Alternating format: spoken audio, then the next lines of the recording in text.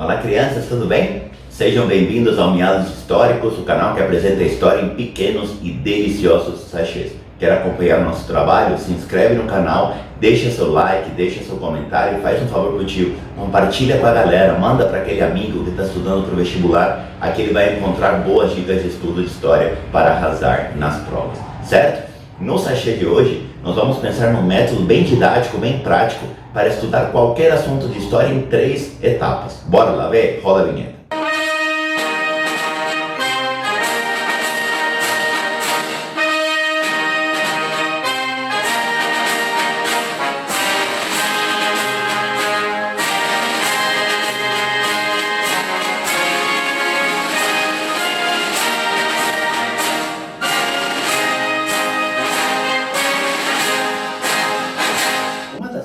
Que vocês mais fazem é: Nicolás, como que eu faço para estudar história? Eu tenho dificuldades para guardar, eu tenho dificuldades para estudar grandes assuntos. Como que eu faço para estudar história de uma forma prática?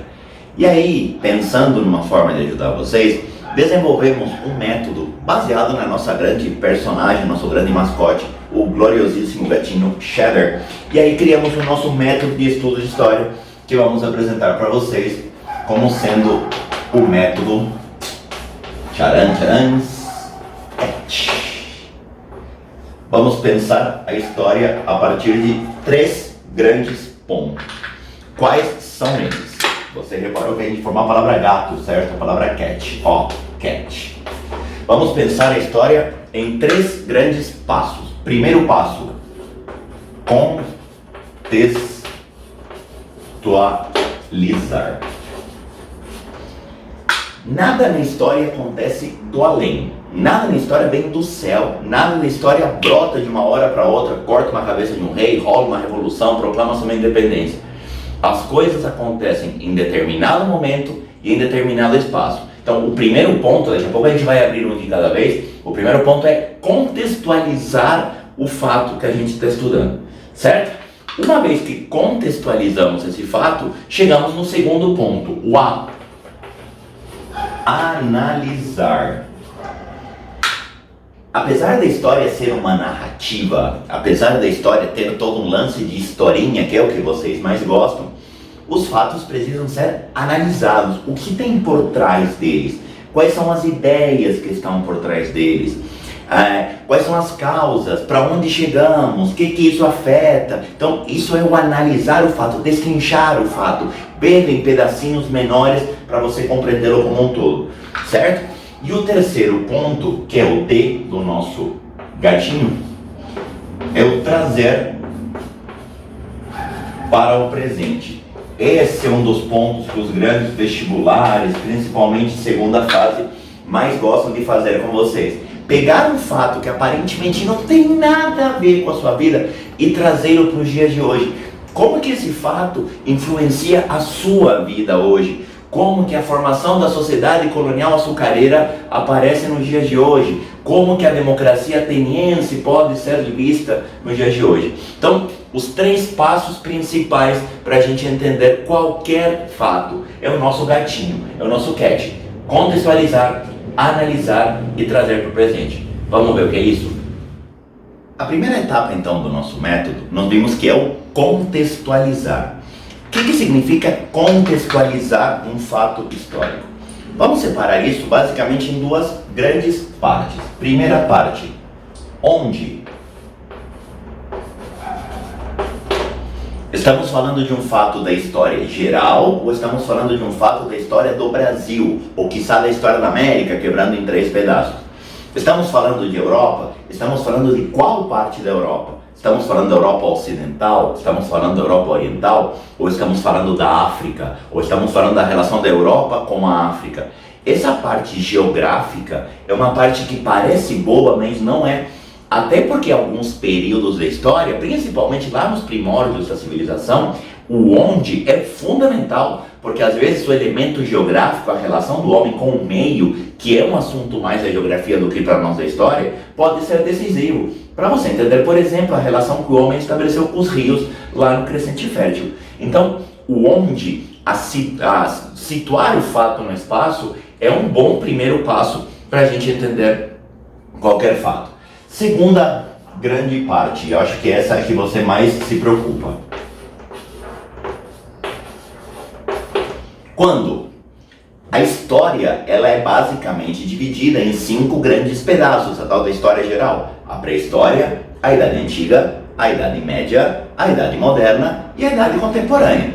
Primeira coisa, estamos falando de um fato de qual período? Estamos falando de um fato do século XVIII. Tá, século XVIII mais para o começo ou mais para o final? Mais para o final. Entendi. Final do século XVIII, 1700 e muito, tá grudado na Revolução Francesa. Então é na passagem da Idade Moderna para a Idade Contemporânea. Esse situar o fato no tempo vai te permitir fazer a análise. E aqui que eu quero que você tome cuidado, porque eu não estou incentivando você a virar um grande calendário ambulante, uma Wikipédia de datas. Eu não quero que você decore datas. Essa é a nossa premissa básica do contextualizar. Datas são apenas referências. Nicolás, explica para mim o que você quis dizer com isso? Sim. Eu não quero que você decore que a tomada da Bastilha se deu no dia 14 de julho de 1789. Eu não quero que você decore que a abolição da escravidão no Brasil aconteceu no dia 13 de maio.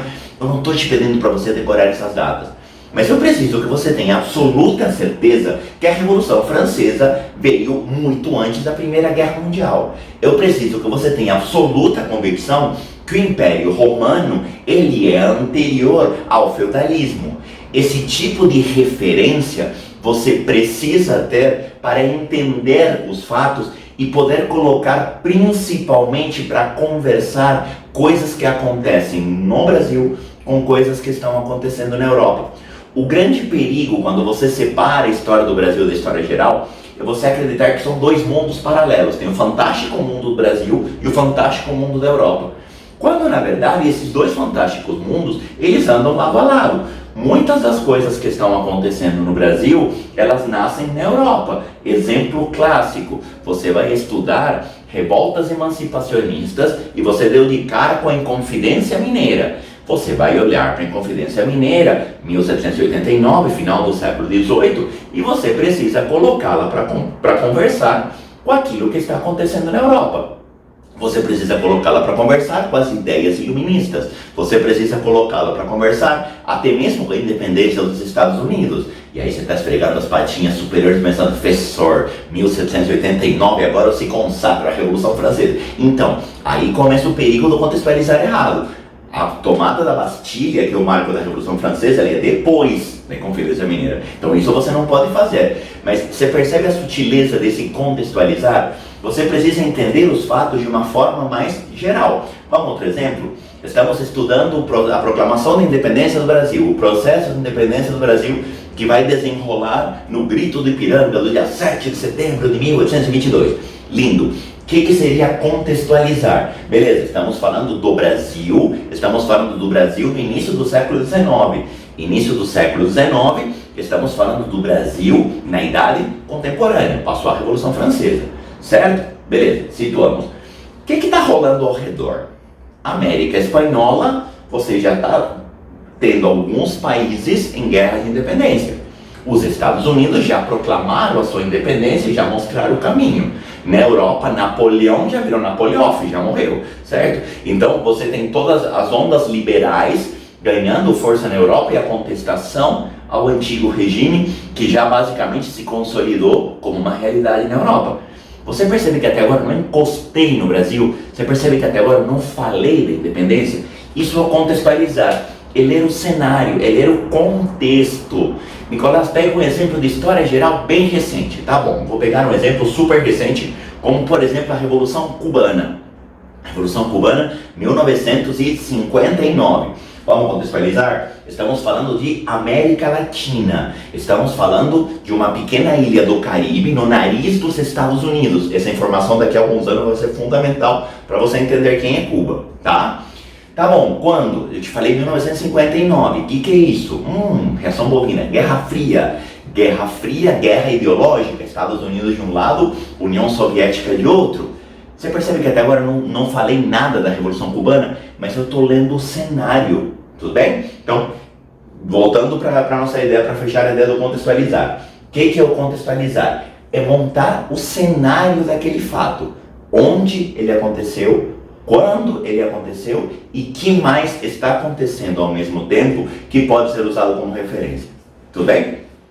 Bem, já entendemos o fato, já colocamos o fato no tempo e no espaço. Agora vamos entrar a fundo naquele fato.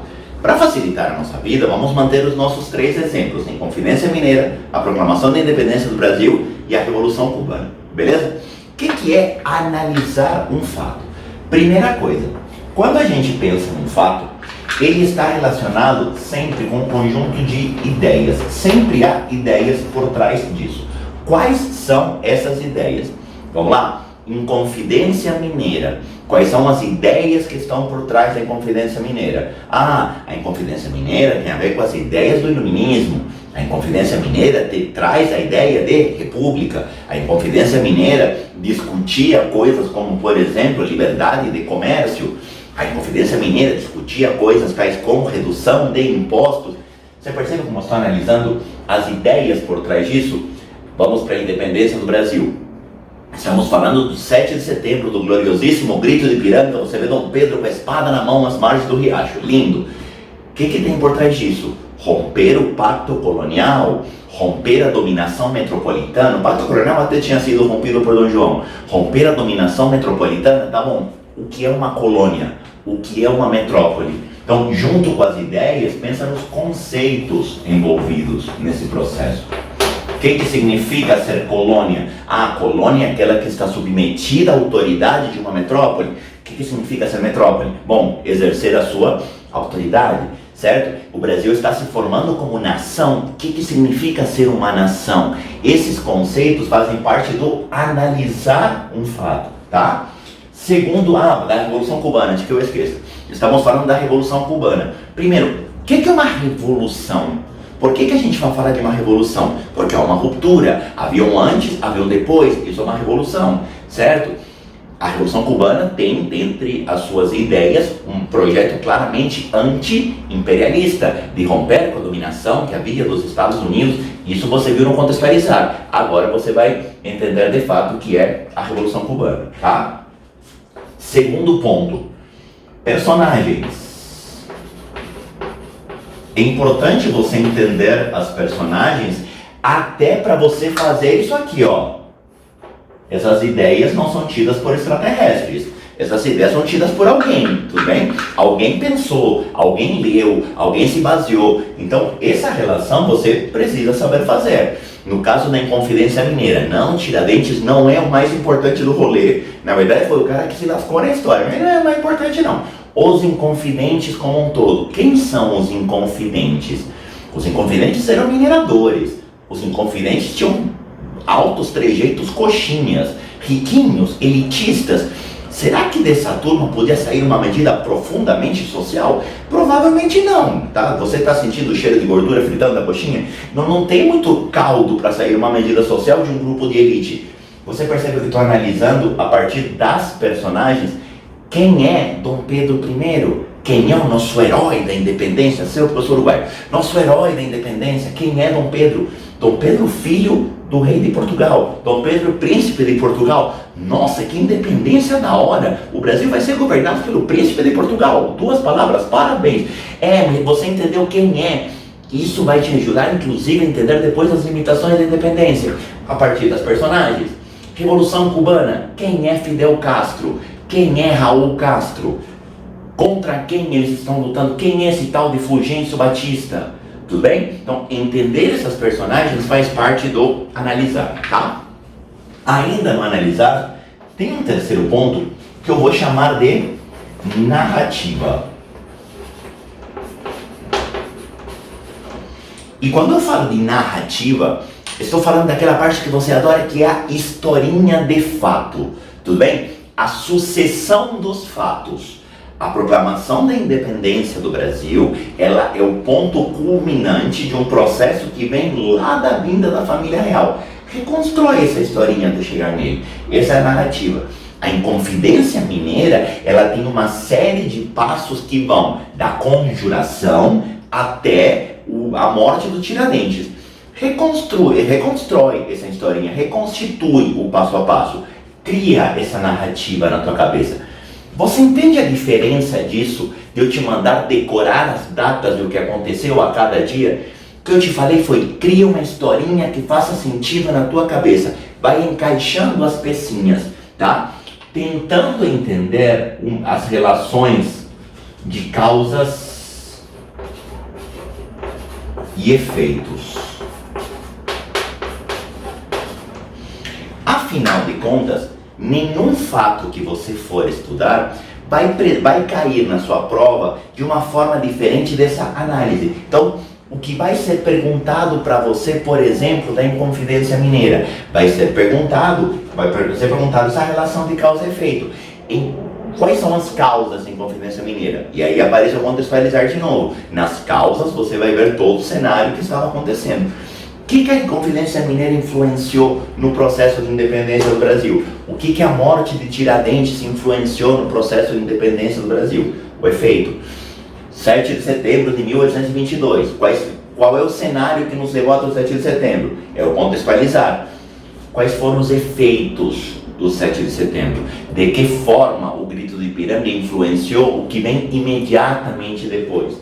Certo? Você percebe que a causa e efeito é o final do processo de analisar e não o começo? Você primeiro vai entender o fato como um todo, para depois entender essa relação de causa e efeito. E aqui eu preciso te fazer um alerta. Cuidado com as causas e com os efeitos. É muito normal uma questão de vestibular te perguntar as causas de um determinado assunto e aparecer na alternativa A, o efeito principal. E se ele te perguntou a causa e você respondeu o efeito, você sabe que você rodou igual peão, certo? Então, cuidado. Causa é aquilo que levou o fato a acontecer. Efeitos são os desencadeamentos daquele fato, certo? Isso tem que estar muito claro na tua cabeça, porque é aqui que vão aparecer as questões e é aqui que você não vai poder errar, beleza? Nosso último passo do nosso processo de entender fatos históricos é o trazer para o presente. Isso aqui, numa primeira fase do vestibular, numa questão de primeira fase, é até menos provável que você venha encontrar. Isso aqui você vai usar bastante em questão de segunda fase e principalmente na nossa grande amiguinha chamada redação. Aliás, história, assim como geografia, assim como filosofia, assim como sociologia e em alguns momentos a literatura, vão ser o seu repertório para escrever, tudo bem? Então, você pegar e fazer esse passo do trazer para o presente bem feito, talvez nem tanto na prova de história, mas na redação, pode te ajudar bastante para você fazer um texto mais consistente, tá? O que eu quero dizer com você, para você com trazer para o presente? Basicamente, o trazer para o presente se refere a você entender as continuidades e rupturas de determinado fato. Continuidades e rupturas de um determinado fato.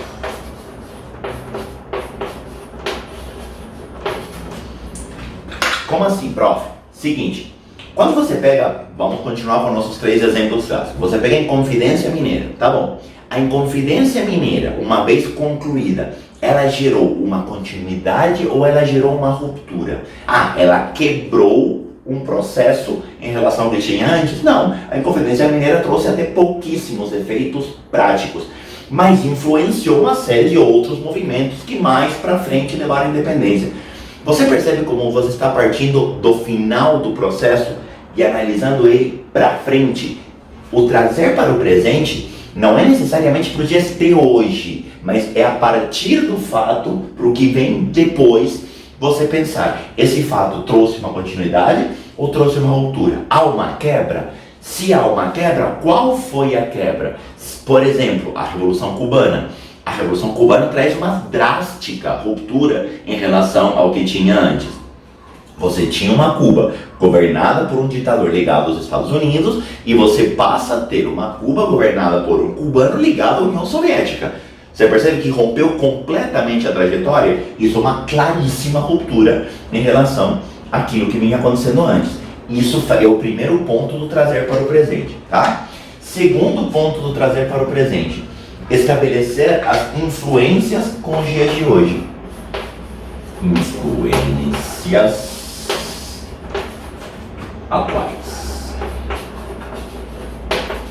E é claro que quanto mais longe estiver o fato, é mais difícil fazer essa relação com os dias de hoje. A Inconfidência Mineira.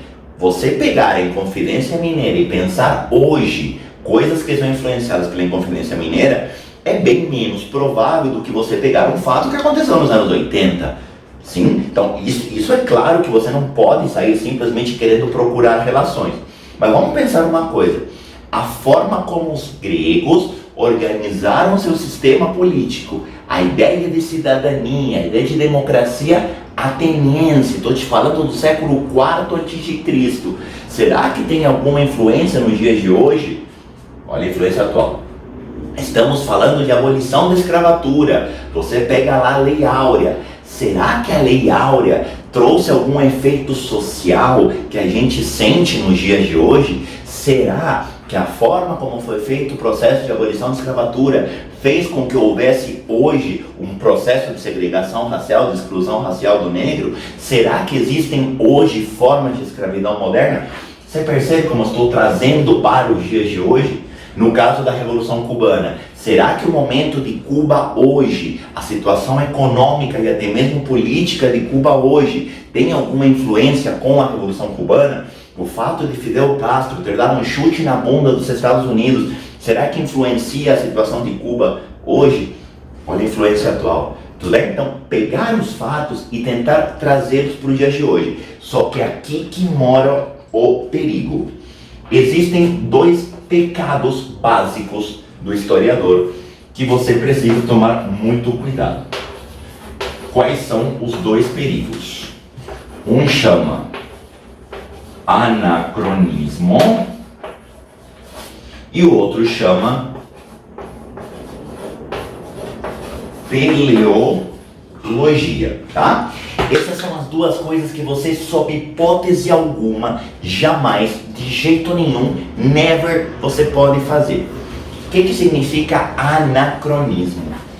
Esse prefixo a vem de negação, tudo bem? Cronismo vem daquele louco do Monte Olimpo chamado Cronos, que fez tudo que você possa imaginar de bobagem, mais um pouco, certo? Que vai ser considerado o deus do tempo e a partir daí dá origem a palavras como cronômetro, cronologia, certo? Beleza. O que significa anacronismo? Anacronismo é o famosíssimo assassinato temporal, o que a gente chama carinhosamente de ataque de agora se consagro.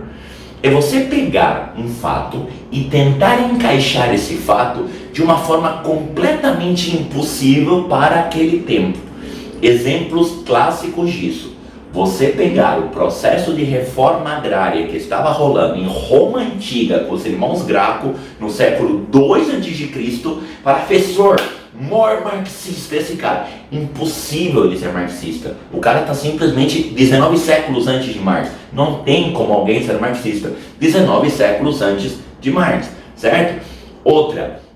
E a filosofia fez uma coisa que particularmente eu detesto porque te confunde. Aquele pacote de os filósofos contratualistas, que criou na sua cabeça a ideia de tinha um grupo de WhatsApp chamado Os Contratualistas, que ficavam lá, Locke, Hobbes e Rousseau, trocando figurinhas emojis, certo? Batendo o maior papo a respeito do contrato social.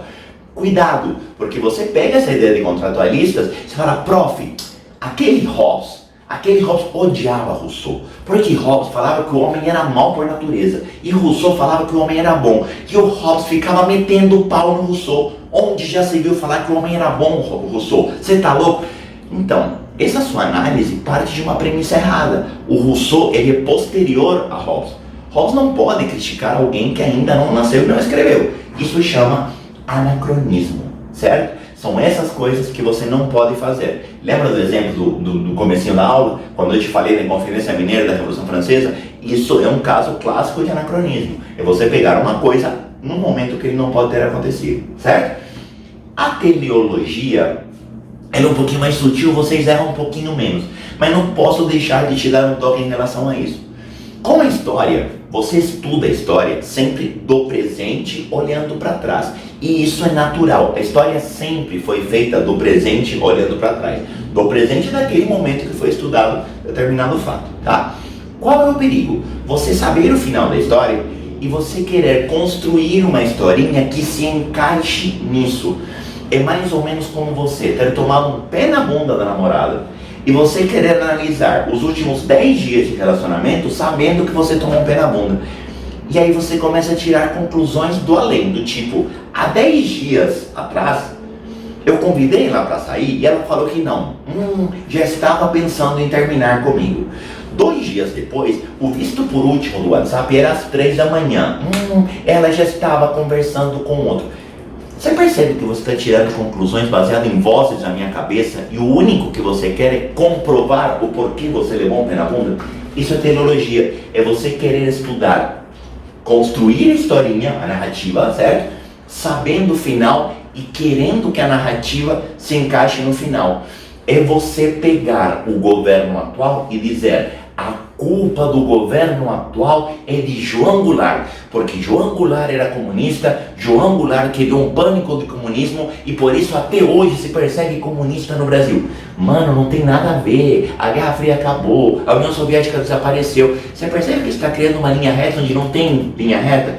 É isso que eu quero que você tome cuidado, certo? Então, anacronismos e teologias são os 2 pecados que você jamais pode cometer, beleza? Recapitulando então, nosso método de estudos: CAT, 3 etapas, gato, CAT, contextualizar, analisar e trazer para o presente. Ao longo do curso, aqui no canal, a gente vai ver isso nos mais diversos fatos e das mais diversas formas, mas sempre pensando quando, como, qual foi o processo e como isso influencia a minha vida. Beleza? Tchau, tchau, obrigado, até o próximo vídeo.